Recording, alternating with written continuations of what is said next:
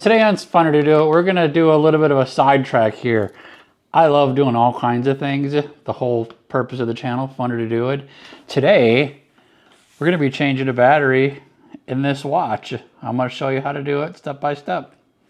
Stay tuned. We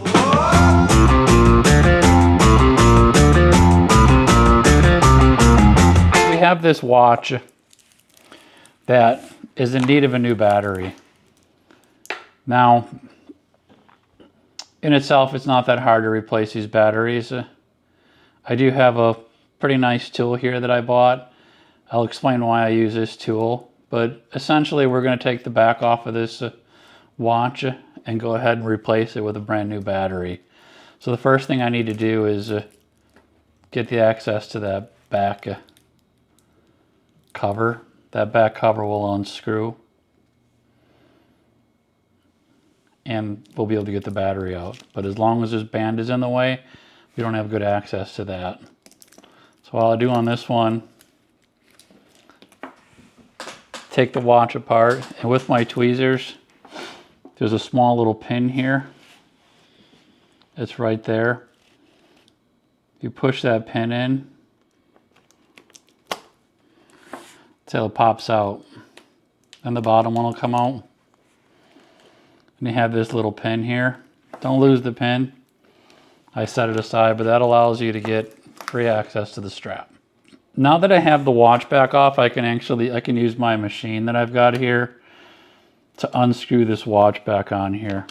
You don't need this fancy of a tool to get these watch backs off. The way you get the watch backs off is there's notches on this one. There's notches that go all the way around the back. You're going to put a tool in here, my tool, and that's going to clip in there and that's going to unscrew it. There are hand tools that you can use that have adjustable pins on there. If you want, I can make a video how to use one of them. I prefer to actually have this machine because the hand tools can mar up the back of watches.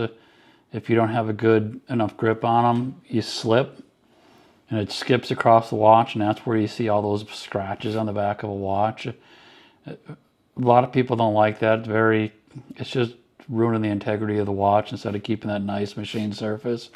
So I have this tool, which is a full tool that holds everything nice and steady and allows you to get a good grip on there and turn it out without getting that jump and without scratching. These are available on Amazon. I can put a link in the description to them. They're really not that expensive. This is not a professional grade tool. If you're doing this on a professional level, on Rolexes or on really expensive watches, you probably can invest in a better one. This one is relatively inexpensive, but I love it. It works exactly for what we're doing, and I sell a lot of watches on eBay. I like to collect watches, so I always have it around here so I can get the back off without damaging it. The way you use it is you're going to pick out your teeth that are going to grip your particular watch. Now I'm going to do this a little bit of an easier way. Ideally, if it was really tight back, you would take the band off and pick out a tool that would fit in between these two bars, in between here and here. Ideally, that's if this was super tight on there. If you really needed to get some good grip on there. I already know for a fact that these watches, being brand new, that's going to screw off pretty easy. These are plastic, they're a softer material, so I can grab this outer bezel without damaging it and get it off. So what I do is I put it in between the tool there. These knobs down here, move them in and out and tighten them. So I just move it in until it tightens it a little bit. I'll even spin a little bit sideways. So it tightens it. I can feel a good grip on there. You can see it's in there pretty solid. So it's got a pretty good grip on it. What I'm going to do is this dial here takes these two pegs and moves them in and out so I can get a good grip on it. So I'm going to open them up until I can get in on those 2 points. You can see they're now resting soundly on the back of that watch. And I'm just going to go ahead and turn it counterclockwise. And that is going to unscrew the back of that watch. Once you get a couple of screws like that, you can take it off. It'll unscrew by hand. When it's off, you can easily take that back off. You're exposed to the battery. So the other thing that you're going to really need is a small screwdriver set. This also is readily available on Amazon, these little screwdriver sets. If you're just doing batteries and watches like this and you're not doing professional grade rebuilds on watches or whatnot, these are perfectly good sets to use. They're very small, easy to use, but you will need these for getting backs off of them. So I'll put a link in the description for this also. If you see here, the battery is right here, and there's this tiny little screw right here that's holding that battery in place, little pin here. You do need to go through and loosen that screw. You don't need to take it all the way off, just loosen it. That's about good. Then this little nub right here, should be able to move it out and the battery will pop out. There, it popped out. Now I take my tweezers, just pop it the rest of the way out. The battery's out. The batteries are back. They are numbered on the back. This one, if my eyes deceive me, is a battery number 371. I buy my batteries in bulk because, like I said, I do a lot of watches and a lot of battery replacements. So I do get these off of Amazon. Again, I'll put a link in there. Remember, affiliate links, if you go through there and buy mine, I do get a small residual on them, so it does help support the channel. But we saw on the back that it was a 371. You see in the package here, it's a 371. Now, the cool thing about these packs is there are other manufacturers that name them differently. So you could either be a 371, another manufacturer calls it a 370, and another manufacturer calls it an SR920 SW. So this will replace any one of these batteries that you may see on there.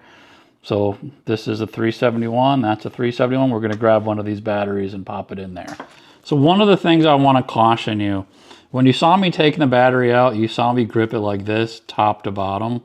You really don't want to do that on the new battery because the top is the positive and the bottom's the negative. If you grab it like this with a pair of metal pliers to tweezers, you're basically going positive to negative. You're making that connection and you are discharging the battery a little bit. It's not a good idea because there's really no load on these, so you don't want to do that. So if I do it, I usually just kind of grab it like this and just kind of drop it into place, and I'll maneuver it then from there. So keep that in mind. Ideally, you should have a pair of plastic tweezers. I don't have them, so I'm not going to use them. But just make sure you don't clamp it like you did. You can do it on the dead battery because it's dead. There's no current going through it. There's no discharge. So now that it's actually in place, I'm going to use my tweezers. I'm going to push it down this way. And remember, we got to get this little tab out of the way again.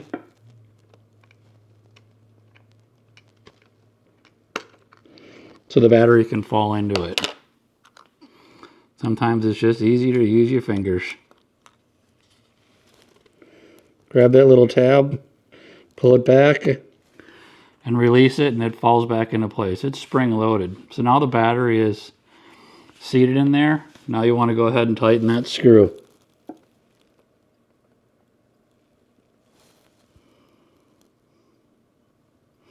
Don't King Kong it, because it doesn't take a whole lot of power to tighten that up. So battery is in. If I flip it over, it should be working now. And you can see the second hand is clipping around. Good battery replacement. We're ready to go. To get the cover back on, oftentimes you want to use some finger cots. I try not to touch the the outside of it with your fingers because your oils will get on the metal. Do as I say, not as I do. I put it on there finger tight. Transfer it up to the tool again. And tighten it down in there to get a good grip on it. Make sure they're in both of those tabs nice and secure. Now I am holding this down because this is spring loaded, but you could take this and scoot it all the way up now. And that will hold that in place so it can't pop up off of it.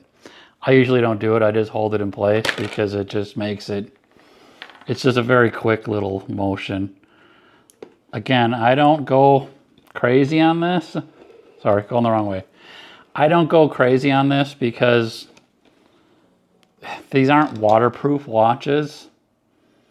So I don't want the next person to have a heck of a time trying to get that off of there. Because you really do get a lot of force out of this tool when you're putting it on. So if somebody were to use a hand tool on it next time, I don't want it to be super hard for them to get off. So the cover's back on. Seals should be in place on there.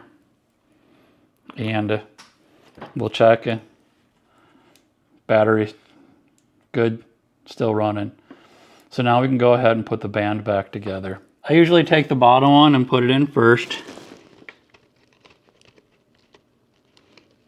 So I can feel it in there. Kind of put it like this where I'm pushing in this top one, and then get yourself another tool. I just have these are for taking watch bands off. Just a nice little blunt tool.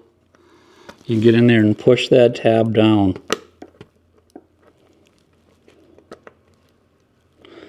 So you can get it slide underneath there, and then it'll pop right in. You see that's in on that side, and then that side's in over here. So this tool right here, I'll put a link to it. These are just the simple tools for getting in here and popping these spring-loaded things off. You get in there, you push it down, it'll push that little spring plunger up, and it's also kind of helpful for pushing that down and getting it back in. I'll link this there too. So if you're blind as a bat like I am, you can't see a lot of things, the little Optivisor that I have here is an awesome little tool. It just fits over your head. If you have glasses, it'll go over your glasses. And this is I can't remember what this is. I think it's I don't know what the magnification is on it, but it gives you a really good magnification to work on. If you need a little bit extra, it's got the other jeweler's loop that'll come on it that you can actually get an even closer view on it. That'll be able to see even like the diamonds in your ring if you got a ring on. So it's a really cool tool if you can't see what you're doing. I use this for everything around the house. I absolutely love it. As you can see, I tinker with everything. So thank you for watching the video. Leave a comment down there. Do you want me to see any other watch repairs? I could do a snapback. I could do the hand tool. Whatever it is, I get into it all. I absolutely love watches and repairing stuff. So go ahead and leave a comment. And until then, enjoy.